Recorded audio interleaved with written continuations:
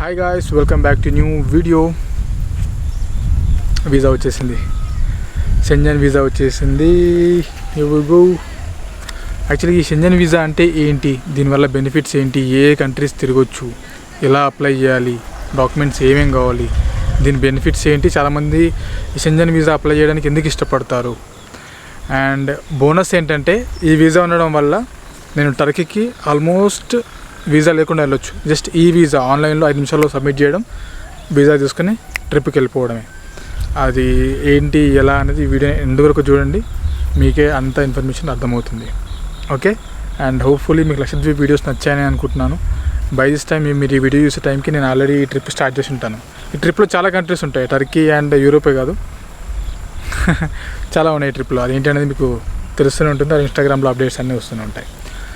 చలో okay. Actually ఈ Schengen visa అంటే ఏంటి అంటే ఒక 26 కంట్రీస్ ఆల్మోస్ట్ అన్నీ ఏర్పడి ఒక షెంజన్ జోన్ కింద ఉన్నాయన్నమాట.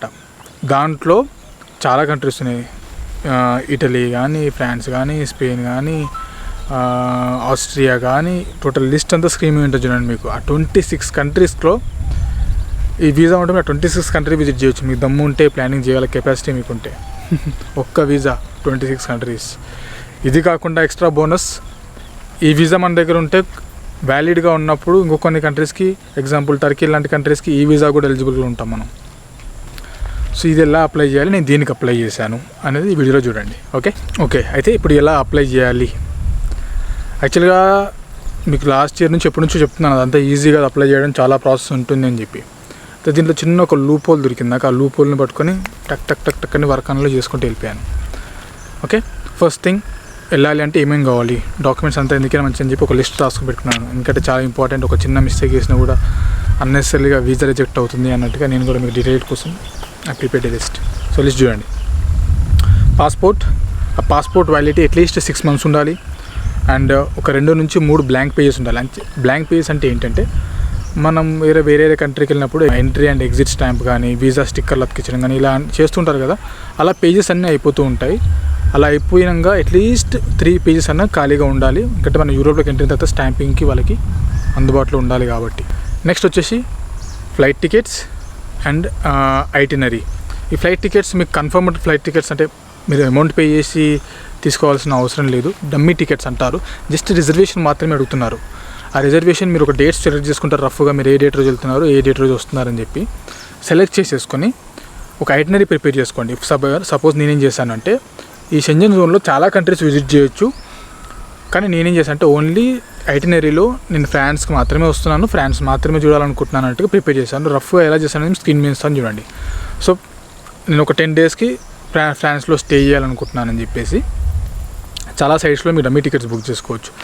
ఆ డమ్మీ టికెట్స్ బుక్ చేసినందుకు వాళ్ళకు 1000 నుంచి 1500 రూపీస్ ఛార్జ్ చేస్తారు. ఆ బుక్ చేసినందుకు పిఎన్ఆర్ నంబర్, మీరు ఏ ఫ్లైట్ ఎక్కడి నుంచి స్టార్ట్ అవుతుంది, ప్యారిస్లో ఎక్కడ ల్యాండ్ అవుతుంది, దాంట్లో డాటా అంతా ఉంటుంది. ఇంకొక ఒరిజినల్ ఫ్లైట్ టికెట్ ఎలా ఉంటుందో అట్లా ఉంటుంది అనమాట. దానివల్ల మీకు ఎలాంటి హామీ ఉండదు వీసాకి ప్రాసెస్కి. అది జనరల్గా జరిగే ప్రాసెస్ అది. Okay, me flight tickets and itinerary and travel health insurance, అది అట్లీస్ట్ 30,000 euros కవర్ చేయాలి. హార్డ్లీ 1000 రూపీస్ లోపే ఉంటుంది. సో మీరు ఏదైనా ఒక రఫ్గా డేట్ సెలెక్ట్ చేసుకొని మీ పేరు యాజ్ ఇట్ ఈస్ పాస్పోర్ట్ పైన ఉన్నట్టుగా పెట్టేసి 30,000+ euros ఉన్న ఏదైనా ఒక పాలసీ సెలెక్ట్ చేసుకొని, కుదురుతున్న లింక్ డిస్క్రిప్షన్లో ఇస్తాను చూడండి.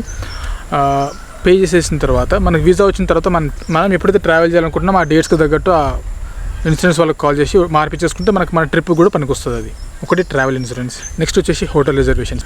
3 months బ్యాంక్ స్టేట్మెంట్స్ ఉండాలి. 3 months బ్యాంక్ స్టేట్మెంట్స్ ఎలా ఉండాలి, ఎంత బడ్జెట్ చూపించుకోవాలంటే ఇది ఎట్లా వాళ్ళు క్యాల్కులేట్ చేస్తారు అంటే, నేను చెప్పేదాని ప్రకారం వీళ్ళు ఫ్రాన్స్ ప్రకారంగా పర్ డే మన ఖర్చులకి ఫ్లైట్ టికెట్లు పోను పర్ డే అట్లీస్ట్ 10,000 రూపీస్ చొప్పున క్యాల్కులేట్ చేస్తారు. అంటే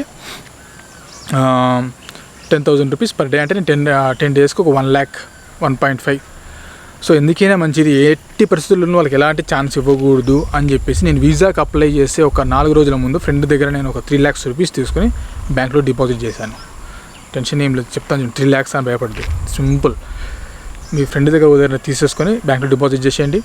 సో మీ బ్యాంక్ స్టేట్మెంట్కి వెళ్ళేసి బ్యాంక్కి వెళ్ళేసి బ్యాంక్ స్టేట్మెంట్ తీసుకోండి, దాని మీద స్టాంప్ వేయించుకోండి అంటే ఒరిజినల్ అన్నట్టుగా ప్రూఫ్ కింద. 3 lakhs ప్లస్ ఉండేటట్టు చూసుకోండి బ్యాంక్ బ్యాలెన్స్ మాత్రం. అండ్ ఫోటో సైజ్ వచ్చేసి ఒక 2 ఫోటోలు తీసుకోండి. 3.5 mm into 35 mm into 45 mm white background glossy finish వచ్చేటట్టు చూసుకోండి ఫొటోస్. ఓకే.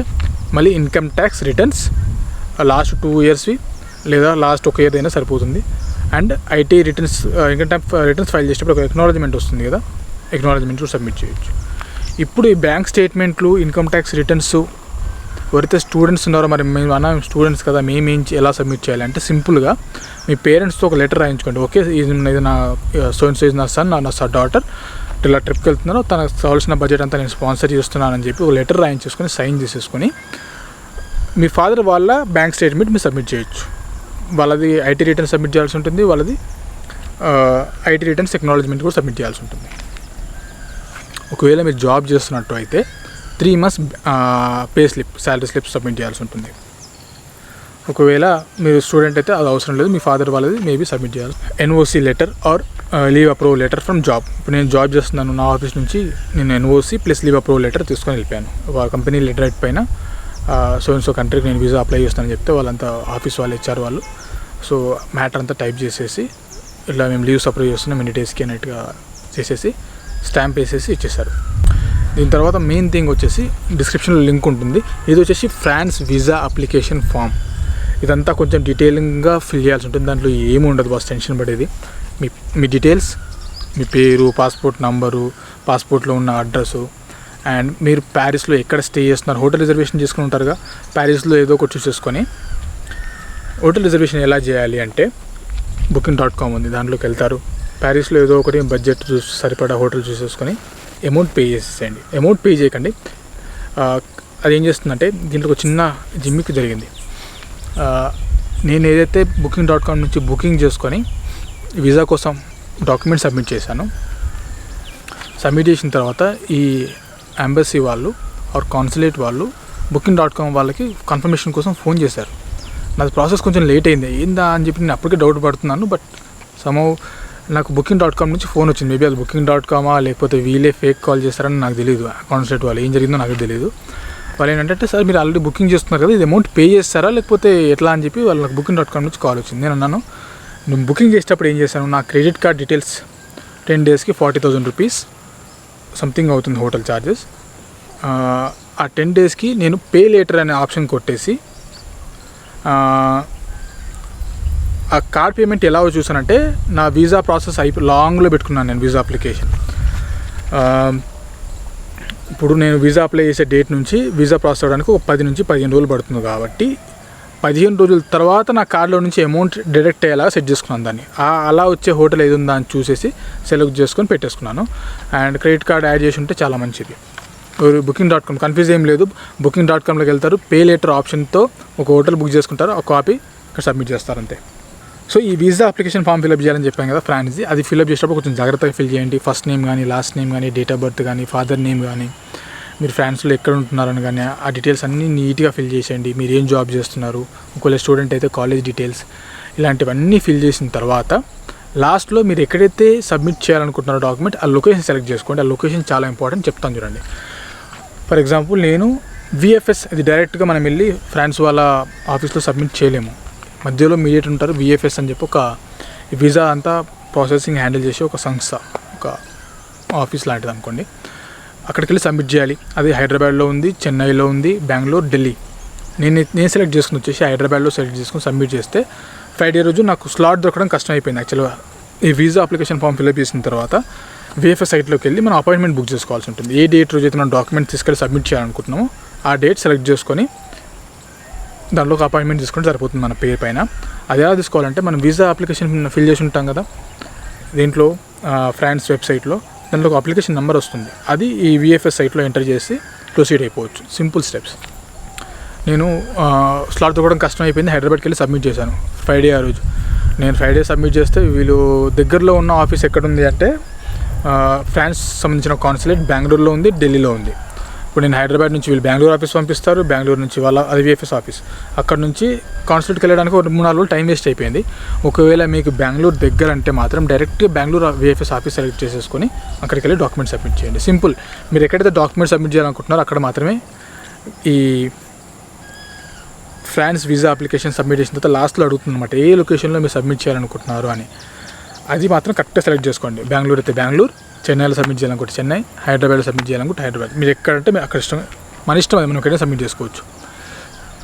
చేసేసుకొని ఓకే కొట్టడం, విఎఫ్ఎస్ సైట్లోకి వెళ్ళడం, ఇక్కడ వచ్చిన వీసా రిఫరెన్స్ నెంబర్తో విఎఫ్ఎస్లో సైట్లో అపాయింట్మెంట్ తీసుకుంటాం. ఇప్పుడు విఎఫ్ఎస్కి వెళ్తాం. విఎఫ్ఎస్కి ఎప్పుడు వెళ్ళాలి అంటే ఆ ఇచ్చిన టైంకి 15 నిమిషాల ముందు వెళ్తే సరిపోతుంది. ఈ డాక్యుమెంట్స్ అన్నీ తీసుకొని, ఏవి ఇందాక చెప్పినట్టుగా పాస్పోర్ట్ ఒరిజినల్ తీసుకెళ్ళాలి, and flight reservation dummy ticket తీసుకుంటాం కదా అది, అండ్ ఒక ఐటనరీ ప్రిపేర్ చేయండి. సో నా పేరు ఇది, నా పాస్పోర్ట్ నెంబర్ ఇది, నేను ఫ్రాన్స్లో ఈ ప్లేసెస్ విజిట్ చేయాలనుకుంటున్నాను, ఒకవేళ నేను మీరు జాబ్ చేస్తున్నట్టయితే నేను ఇక్కడ జాబ్ చేస్తున్నాను, లేదంటే స్టూడెంట్ అయితే స్టూడెంట్ అని చెప్పి సింపుల్గా రాసేసండి. ఎక్కువ లెంత్ వద్దు, పెట్టేసి ఐటనరీ ప్రిపేర్ చేస్తారు. అండ్ ట్రావెల్ ఇన్సూరెన్స్ ఇందాక చెప్పాను, 1000 రూపీస్ లోపే వచ్చేస్తుంది. అండ్ హోటల్ రిజర్వేషన్ ఎలా చేసుకోవాలో ఆల్రెడీ చెప్పాను. 3 months బ్యాంక్ స్టేట్మెంట్ దాని కూడా చెప్పాను, 3 lakhs వేసుకోండి. మళ్ళీ వీసా అప్లై చేసిన తర్వాత మీకు వీసా ప్రాసెస్ అయిపోగానే ఇమ్మీడియట్గా తీసేయచ్చు, దాన్ని పెట్టాల్సిన అవసరం లేదు. ఐటీ రిటర్న్స్ అండ్ ఎక్నాలజ్మెంట్ 1 yearది, 2 years ఉంటే ఇంకా better. 3 months pay slips if employ అయితే ఆర్ బిజినెస్ అయితే మీ పేరు పైన ఉన్న ఒక డాక్యుమెంట్స్ ఉంటాయి కదా, డాక్యుమెంట్స్ పట్టుకెళ్ళండి. అండ్ మీ account statement as it is పట్టుకెళ్ళచ్చు. Employment NOC or leave letter అన్న కదా, జాబ్లో ఉంటే అది పట్టుకెళ్ళిపోండి. ఫ్రాన్స్ సైట్లో మీరు ఏదైతే వీసా అప్లికేషన్ ఫామ్ ఫిల్అప్ చేస్తారో అది తీసుకెళ్ళండి. అండ్ విఎఫ్ఎస్ సైట్లో మీరు ఏదైతే అపాయింట్మెంట్ బుక్ చేసుకుంటారో అది, ఇవి మాత్రమే చాలు, ఇంక ఎక్స్ట్రా ఏమీ అవసరం లేదు. And photo మర్చిపోద్దాం. సో ఇప్పుడు ఇవన్నీ తీసుకుని విఎఫ్ఎస్కి వెళ్ళిన తర్వాత మనకి లోపలికి వెళ్ళిన తర్వాత వాళ్ళకి టోకెన్ నుంచి పంపిస్తారు. ఆ టోకెన్ నెంబర్ని బట్టి వాళ్ళు పిలుస్తూ ఉంటారు అనమాట. హైదరాబాద్లో చాలా ఉన్నాయన్నమాట, ఫ్రాన్స్ది, చెక్ రిపబ్లిక్ది, ఐర్లాండ్ది, స్విట్జర్లాండ్ది, ఇటలీది, అట్లా చాలా అన్నీ కలిపి ఒకటే చోట వాళ్ళు ప్రాసెస్ చేస్తారు విఎఫ్ఎస్ దాంట్లో, ఇక్కడ బంజారా హిల్స్లో. ఓకే, నేను వెళ్ళిన తర్వాత వాళ్ళు నా టోకెన్ నెంబర్ పిలిచిన తర్వాత అక్కడికి వెళ్ళిన తర్వాత ఈ విఎఫ్ఎస్ అపాయింట్మెంట్ తీసుకునేటప్పుడు మీరు అమౌంట్ ఆన్లైన్లో పే చేయకండి, జస్ట్ అపాయింట్మెంట్ తీసేసుకొని వెళ్ళిపోండి చాలు. అక్కడికి వెళ్ళిన తర్వాత మనం పే చేయొచ్చు అమౌంట్. అది విఎఫ్ఎస్ సర్వీస్ ఛార్జ్ ఉంటుంది, వీసా ఫీ ఉంటుంది, అది కూడా మనం అక్కడికి వెళ్ళిన తర్వాత పే చేయాలి. విఎఫ్ఎస్ అక్కడికి వెళ్తాం, మనం ఈ డాక్యుమెంట్స్ అన్నీ వాళ్ళు తీసుకుంటారు. అక్కడికి వెళ్ళిన తర్వాత డాక్యుమెంట్స్లో వాళ్ళు మనం ఒకసారి, అంటే వీళ్ళు మీడియేటర్ సర్వీస్ కాబట్టి మిస్టేక్స్ ఎక్కడ ఉన్నాయని చెప్పి అంతా ఫాలో అప్ చేస్తారు. ఫాలో అప్ చేసిన తర్వాత మనకి ఈ వీసాకి సంబంధించిన అమౌంట్ పే చేయమంటారు. ఎంత అంటే యాక్చువల్లీ 80 euros. అది 80 euros అంటే యూరో అమౌంట్ డైలీ మారుతూ ఉంటుంది కనుక నేను పే చేసినప్పటికీ 80 euros అంటే 6,920 వీసా ఫీ, ప్లస్ ఈ విఎఫ్ఎస్ మధ్యలో ఈ డాక్యుమెంట్స్ కలెక్ట్ చేసుకోవడాలు, పంపించడాలు, మళ్ళీ తీసుకోవడాలు, ఎంత సర్వీస్ చేస్తున్నందుకు 2,785 రూపీస్ వీళ్ళ ఛార్జ్. ఇది యాక్చువల్గా ఇది కొరియర్ అసిస్టెన్స్ అనేది దగ్గర నాకు కొంచెం కోపం వచ్చింది, బట్ అది నేను లైట్ తీసుకున్నాను. కొరియర్ అసిస్టెన్స్ అని మళ్ళీ 770 రూపీస్ ఎక్స్ట్రా తీసుకుంటారు. అది యాక్చువల్గా మ్యాండేటరీ కాదు, బట్ ఇట్లా మ్యాండేటరీగా వసూలు చేస్తున్నారు. I don't know. ప్లస్ ఒక 165 రూపీస్ ఏదో ట్యాక్సెస్ ఏవో ఉంటాయి. సో టోటల్గా VFS charges, France visa fee and courier charges, taxes అన్నీ కలిపితే వీసాకి అయ్యే ఖర్చులు 10,600 చేంజ్ రూపీస్ ఇంత అవుతుంది వీసాకి. ఇక్కడ జరిగే ఇంకొక ప్రాసెస్ ఉంటుంది. మీరు వీసా ఫీ అవన్నీ పే చేసిన తర్వాత మీ డాక్యుమెంట్స్ తీసేసుకొని లాస్ట్లో మీ బయోమెట్రిక్ తీసుకుంటారంట, మీ ఫింగర్ ప్రింట్స్ అండ్ ఫోటో. ఒకవేళ మీరు లాస్ట్ 5 yearsలో షెంజన్ జోన్లోకి విజిట్ చేయకపోయి ఉంటే కనుక ఇది తీసుకుంటారు. ఇంకా నెక్స్ట్ 5 yearsలో మళ్ళీ ఎప్పుడైనా షెంజన్ జోన్లోకి ఏ కంట్రీకి వెళ్ళినప్పుడు ఈ ఫింగర్ ప్రింట్స్ కానీ ఫొటోస్ కానీ తీసుకోకపోవచ్చు. ఓకే, ఇది అయిపోయిన తర్వాత మనం వచ్చేస్తాం ఇంటికి. వీసా ప్రాసెస్ అయిపోయిన తర్వాత మన పాస్పోర్ట్ వాళ్ళ దగ్గర ఉంటుంది. అండ్ వితిన్ 1 to 10 daysలో మన పాస్పోర్ట్ విత్ ఒకవేళ వీసా అప్రూవ్ అయితే వీసా స్టిక్కర్ అంటించి ఉంటుంది పాస్పోర్ట్లో, లేదంటే దాంతోపాటు వీసా రిజెక్ట్ అయినట్టు ఒక లెటర్ వస్తుంది. అది త్రూ కొరియర్ వస్తుంది. మోస్ట్లీ బ్లూ డాట్ కొరియర్ నుంచి పంపిస్తారు వాళ్ళు. అది ట్రాక్ చేసుకోవడం ఎలా అంటే ఒక టిప్ చెప్తాను చూడండి.